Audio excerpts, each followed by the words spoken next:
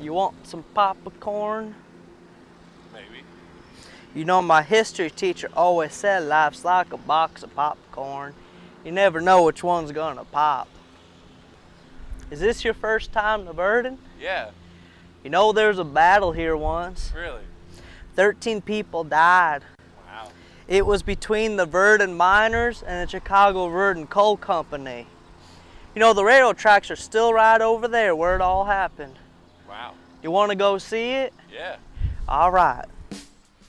The dispute began when owners of Chicago Virden Coal Company refused to honor a nationwide agreement between bituminous coal operators and United Mine Workers. The company, headed by President John C. Lukes and manager Frank Lukens, argued that the deal's provisions of 40-cent per ton pay rate, along with an 8-hour workday and 6-day week, would price it out of the Chicago coal market.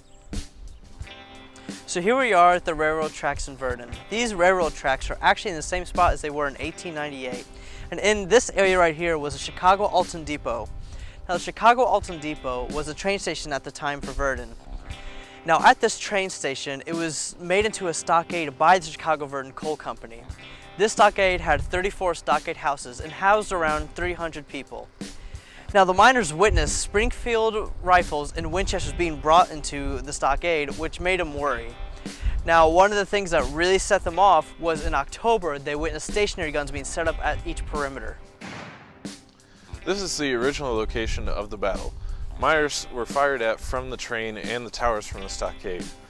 Original call for doctors from the miners was ignored, but eventually was heeded by the company whenever they finally called them. 8 miners were eventually killed and 5 hired guns were killed. The Alabamans brought in to break the strike did not know that was their original purpose. This is the Virden Town Square, where the National Guard, after being called in after the battle, eventually encamped in order to keep peace in the town.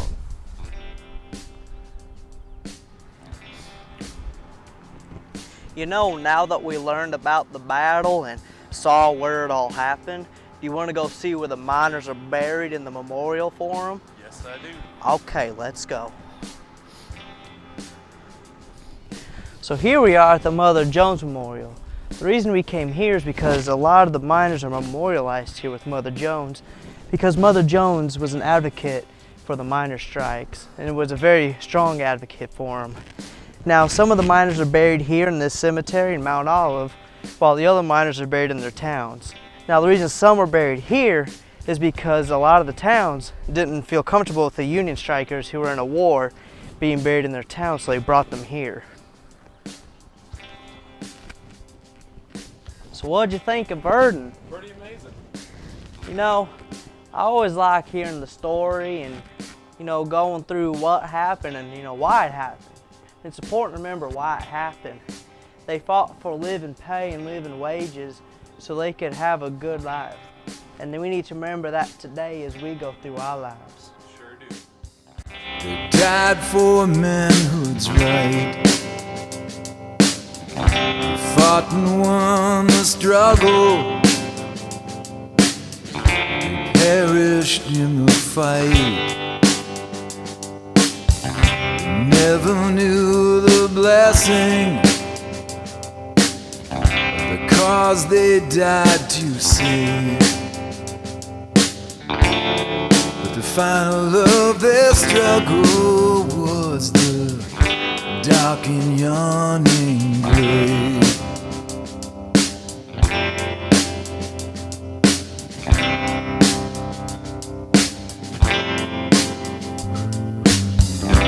Rallied round the standard of unionism strong.